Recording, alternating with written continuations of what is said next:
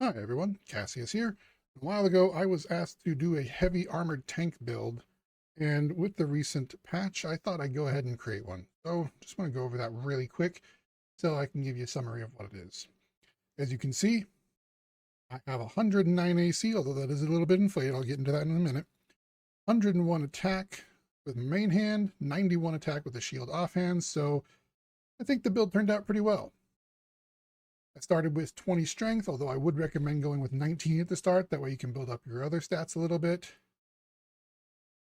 13 dexterity, so that way I can get dodge. 14 con. 14 intelligence, because you need 13 to get combat expertise, and I thought might as well bring it up to 14, so that way I can get the extra skill point every level. 9 in wisdom and 7 in charisma. This says 8, but I put 1 point into that at the end of the game, so that's how those stats went. I had 19 mutation warrior and 1 in witch. One level in witch is mostly for the early game, because it gives you 5 AC, and for the first 2 chapters that's a pretty big deal. Afterwards, not so much. But one of the reasons why I did so heavily in mutation war is because in the recent patch, the mutagens that you can get no longer count as an enhancement bonus, but instead they are an alchemical bonus. So you can have both a belt to increase your strength, and you can use the mutagen to increase it as well, which is how I'm able to get up to 62. This can actually go higher because I don't have the Conflagrant Taco buff, so I can go up to 66. If I were to go into the Inevitable Excess DLC, I can get up over 70, so this can go very, very high. And as for the levels, the first 2 levels were both Mutation Warrior. I started with Dodge, and this is also, I didn't even think about this, but the other reason I went with Mutation Warrior is because this is a feat-heavy requirement build. So if you want to be both offensive and defensive, you're going to need a ton of feats. So human, I went with Dodge, Combat Expertise, and Improved Initiative. That way I can go early. I have good dodge AC right at the beginning of the game. Level 2, I went with Crane Style. Level 3, I went into Witch, and I chose Ice Plant Hex, so that way I can get the ring right at the beginning of the game in the tavern, so I can get a +5 natural armor bonus to AC. Level 3 for the Witch, I went with Heavy Armor Focus. And level 5, I went with Weapon Focus and Shield Focus. And this is where I start to mix in both armor class and attack for my guy. So Shield Focus and Weapon Focus. Level 7, Weapon Specialization Longsword, because that's the one I went with, Longsword. You can use any one-handed weapon you want, though. And Outflank. Greater Weapon Focus at level 9. Improved Critical Longsword, so big time on the offense here because your defense is mostly solidified, but not quite done yet. Greater Shield Focus at level 11. And 2-weapon fighting. This is when for this part, from around level 5 to level, close to level 13, I was using tower shields. This is where I start to switch over from tower shields to heavy shields, but I don't actually do that until I get to level 13 when I get improved 2-weapon fighting and shield bash, so that way I can start hitting with my shield much more often. Level 15, dazzling display, shatter defenses.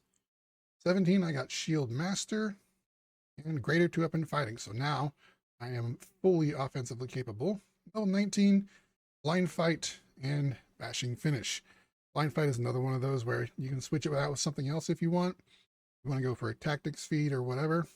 But I like to take blind fight just because it helps out with certain challenging fights at the end of the game where true sight won't help. For the weapon training, I'm with heavy blades because again, longsword. With initiative first, with armored bravery to give my bravery bonus to all will saves as opposed to just the fear ones. And fighter reflexes at level 17. You can go with these in any order that you want, but I do recommend taking these 3 specifically because your will save and your reflex save aren't going to be great with this particular build. So the more that you can get those up, the better. And of course, you don't have that much dexterity, so your initiative is going to be a little bit low too. So get that as much as you can. Level 7 for the Mutation Warrior with Feral Mutagen, so that way I can get Feral Wings at level 11. you can get that dodge bonus to AC, which you'll note is not showing up here, by the way. You don't see the dodge bonus to AC because of the wings, so that's not even showing up. You're also not seeing a couple other things in here, so not seeing combat expertise, the bonus to dodge from that.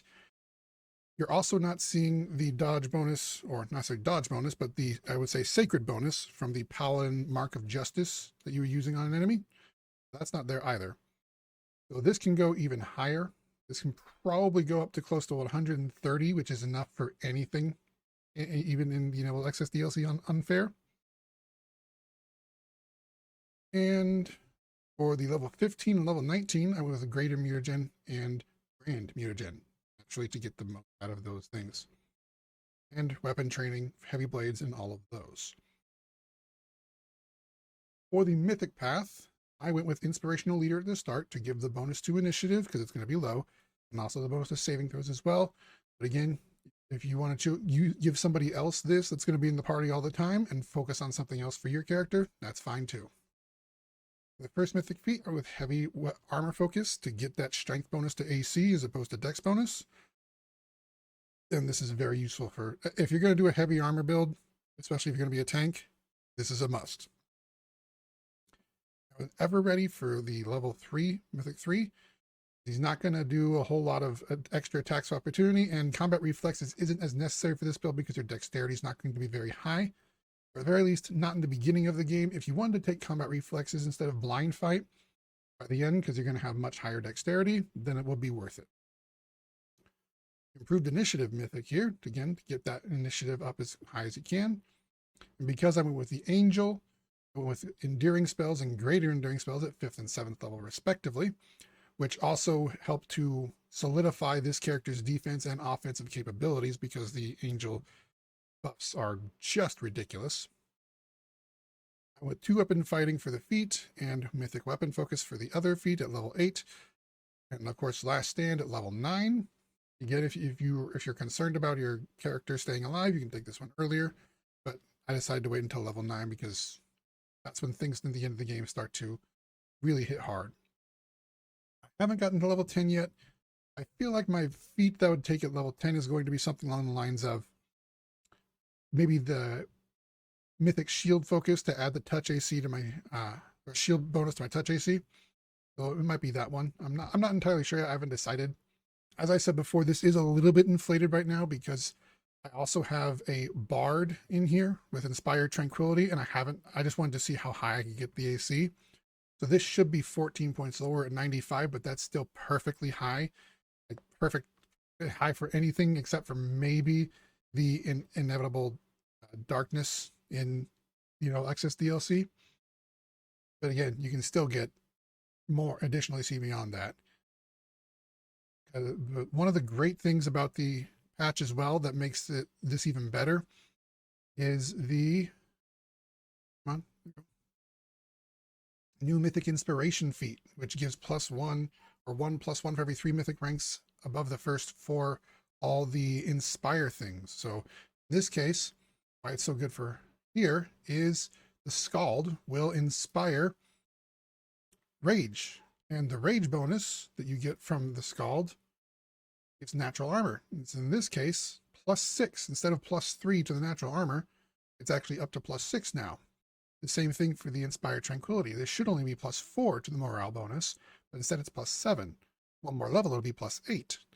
Because I have the Ring of Triumphant Advance, that increases it by an additional 7 as well.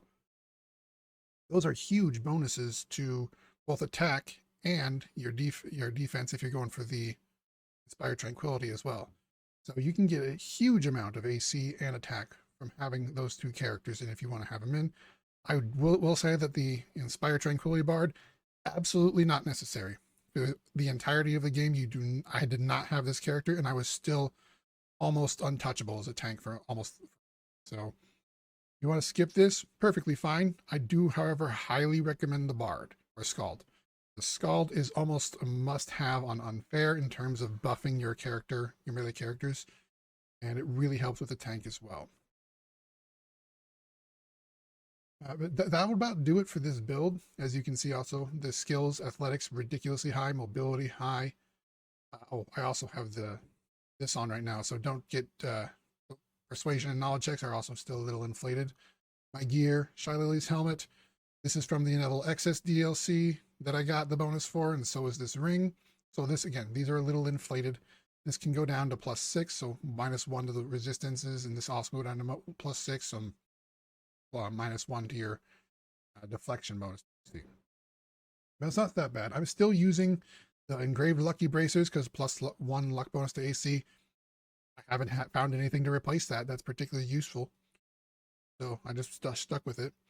Ring of Triumphant Advance, again, just really, really useful. Double the morale bonuses.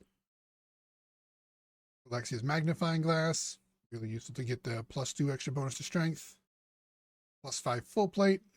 I'm pretty sure there's a better Full Plate. I just haven't come across it yet.